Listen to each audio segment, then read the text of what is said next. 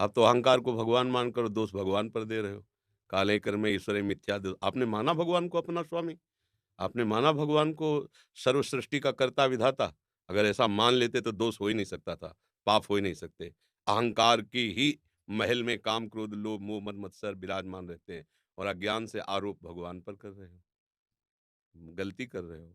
दासत्व का बहाना पहने हो और स्वामी पर दोष लगा रहे हो। अपनी आकांक्षाओं को, अपनी वासना 2 क्षेत्र रच दिए उन्होंने। खेल है, कबड्डी का खेल है ना? एक ही विद्यालय के विद्यार्थियों को अगर खिलाया जाए, टीचर खिलाए, तो 2 पक्ष रख देगा। एक बीच में पाला खींच दे। आपको बराबर बोलना है, इधर जाना है, साँस नहीं टूटनी, यहाँ तक आ गए, आप जय को प्राप्त हो गए। ये सृष्टि भगवान का एक खेल है। 2 विभाग रख दिए गए, एक सत और एक असत। आपको असत में भी जाना है, लेकिन सत का चिंतन नहीं छोड़ना, असत आचरण नहीं करना। निकल के आ गए, महात्मा हो, भगवान के दास हो, उसी में फँस गए तो आउट। इसमें खेल खिलाने वाला जो खेल खिला रहा है, तुमको सामर्थ्य भी तो वही दे रहा है, विवेक भी वही दे रहा है। उसी का खेल और सही पूछो तो उसके सिवा कुछ है नहीं, तुम हो ही नहीं। तुम अपनी सत्ता माने हुए हो पांच भौतिक शरीर को लेकर के, अपने स्वरूप का परिचय ना होने के कारण अज्ञान की धरा में देहाभिमानी जीव भोगों में विचरण करता है, भगवान को दोष दे रहा है। तुम्हारी आत्मा ही तो भगवान है, और कौन है? तुम जाना अपने स्वरूप को, कहाँ जाने? तो ये दोष वृत्ति पहले हटाओ और शुद्ध शरणागति में आओ, तब ज्ञान और विज्ञान और भक्ति और प्रेम तब जान पाओगे। तुम अपने को शरीर मानते हो, अंदर से देखो। कभी आपने सोचा कि पांच भौतिक कमरे में मुझे आकर के रखा गया है? इसमें हमको केवल केवल सत्कर्म करने की चेष्टा करने का आदेश है। तस्मात् शास्त्रम प्रमाणम ते कार्याकार्यो व्यवस्थितो। अब भगवान की आज्ञा न मानो और भगवान को दोष दो। अगर आप ऐसे हो जाते हो कि नाथ, अब आप जो कुछ होगा आज से आपकी तरफ से होगा।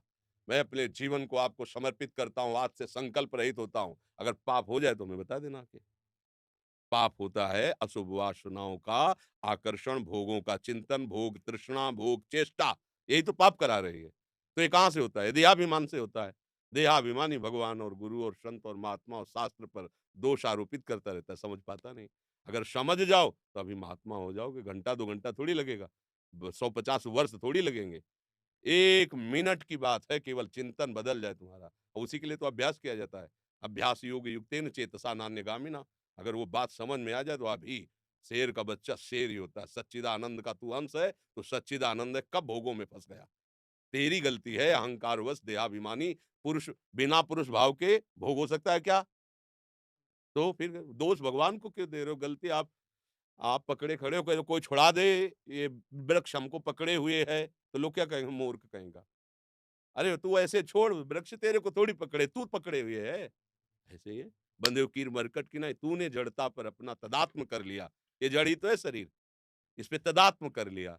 तिने अंतःकरण पर तदात्म कर लिया। मना कष्टानि इंद्रियाणि प्रकृति स्थानि सती। दोष भगवान पे, भैया बड़ी गलती बात है, बड़ी गंदी बात है। अगर निर्दोष होना चाहते हो तो भगवान की शरण में जाओ। नाथ मेरे से गलती हो गई, अपनी गलती से निज ज्ञान राम पर धरे। कैसी बात करें भाई? यही तो है ना सत वाक्यों का दुरुपयोग। भगवान की सत्ता के बिना पत्ता नहीं हिलता। ये देहाभिमान नष्ट करने के लिए, व्यभिचार करने के लिए नहीं, कि हमारे अंदर वासना आ रही हो, हम कह रहे भगवान की इच्छा है कि हम पराई बहन, तो भगवान की इच्छा पे जूता भी खाओ, भगवान की इच्छा है फिर नरक भी जाओ, फिर काहे को तुम रो रहे हो? सब भगवान ही की इच्छा है ना, तो फिर प्रश्न काहे का हो रहा है?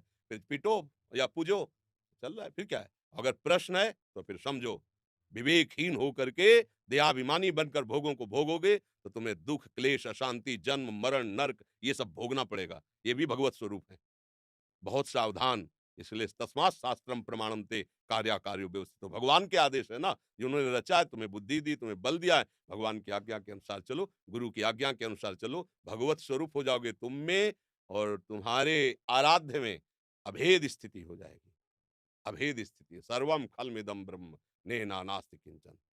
ब्रह्मविद ब्रह्मैव भवति। बिल्कुल अभेद स्थिति, चाहे भक्ति से चलो चाहे ज्ञान से, अभेद स्थिति हो जाती है। ब्रह्म नहीं, माया नहीं, नहीं जीव नहीं काल, अपनी हो सुदिन रे एक रहो नंदलाल। आ गया ना, एको ब्रह्म द्वितीयो नास्ति, आ गई भेद स्थिति। सिद्धांत से नहीं चलोगे, केवल सुनी सुनाई बातों से आरोपित करोगे तो बड़ी गड़बड़ बात हो जाएगी। अगर आपको भगवान ने तुम्हें फंसाया तो तुम कौन हो? उत्तर दे सकते हो तुम कौन हो? अगर सही उत्तर दे पाओ तो अभी तुम्हें बता दें कि तुम कौन हो। भूल गए, अपने स्वरूप को भूल गए। तुम वही हो, वही तत्त्वमसि, दूसरा नहीं है। तुम वही हो। अब भूल करके अपने को तुम शरीर मानो, इंद्रियाँ मानो, मन मानो। तदात्म की हो ना मन में, इंद्रियों में, भोगों में। अब सब गंदी बात हो गई, सब गलत बात हो गई। ये अध्यात्म है, अध्यात्म है, कथा कहानियाँ अध्यात्म तक पहुँचाने के लिए। अध्यात्म में जब जाओगे तो आपके सिवा कोई है ही नहीं दूसरा, कोई है ही नहीं, आप ही आप हैं। चाहे इधर को हो आप, चाहे इधर को हो आप, बात एक ही है। जब तक 2 हैं तब तक अभी दृष्टि सही नहीं है। एक ही तत्व है, जिधर जाओ उधर। कहाँ पाप है, कहाँ अकर्म है, कहाँ विकर्म है।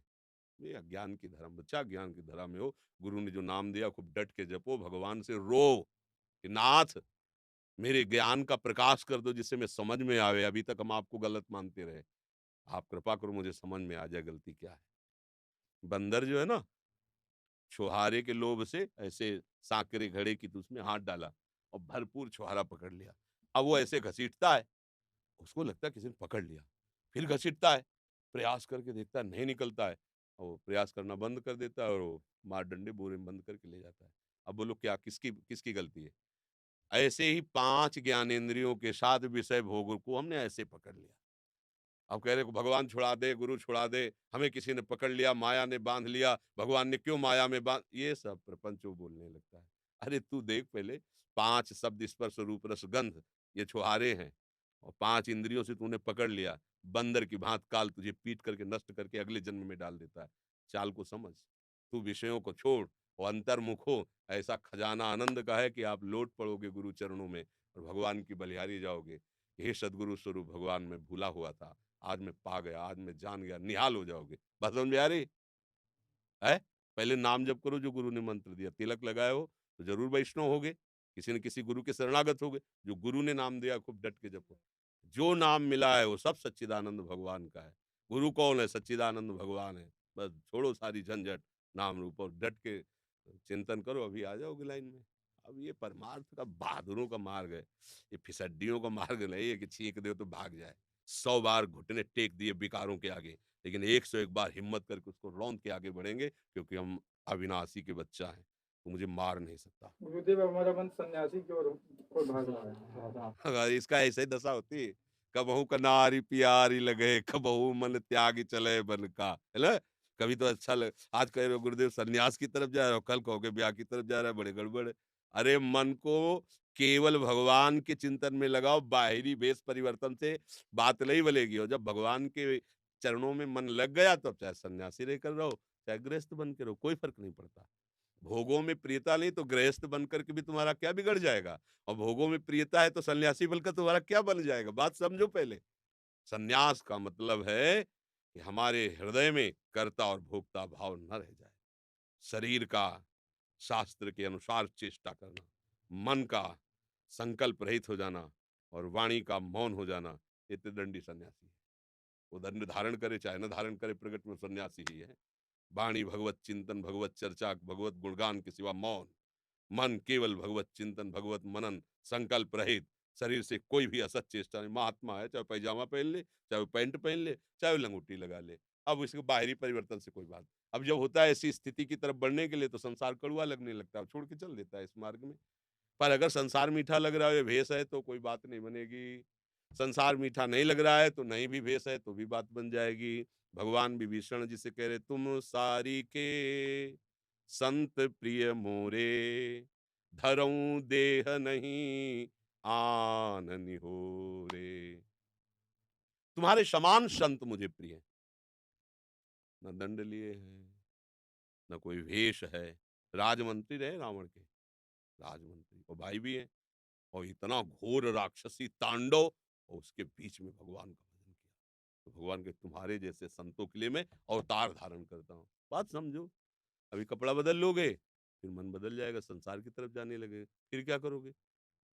इसलिए भैया बहुत होश में चलो, और शास्त्र स्वाध्याय करो, सत्संग सुनो, नाम जप करो, और मन को विषयों से हटा दो, ऐसे ही बने रहो।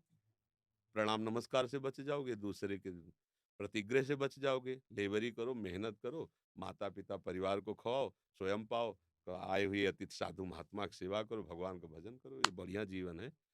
बाबा जी बन गए छुप छाप के, इधर उधर गंदी बातें देखी, गंदी बातें सुनी, गंदी भावनाएं की, या नरक का पूरा सामग्री तैयार कर रहे हैं। इसलिए सावधान, ब्रह्मचर्य पर दृष्टि रहे, भगवत भजन में चिंतन में मन डूब जाए, संसार का अच्छा न लगे तो सन्यासी ही हो। आगे चल के कपड़ा बदल लेना, पहले सन्यास धारण करो अंदर। साधु जो बन गए हैं उसका निर्वाह कर रहे हैं, वो वही जानते हैं क्या होती साधुता। आग के ऊपर चलना है बच्चा, 24 घंटे बिल्कुल हर समय तैनात। 1 मिनट के लिए चूके तो गड्ढे में जाके गिरा देगा। और वर्षों की कमाई मिनट में कमाई, ये ऐसा खेल है। तो सच्चाई से भजन करो, तो अंदर ही वो मार्ग है अध्यात्म का, अंदर ही। ऐसे परत की परत हटती चली गई, स्थूल का राग, सूक्ष्म का राग, कारण का राग, जो बचा वो चिंतन का विषय है नहीं, अचिंत्य तत्व में स्थिति।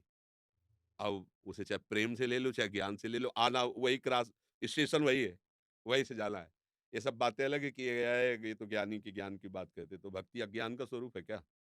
ज्ञान के आगे की बात।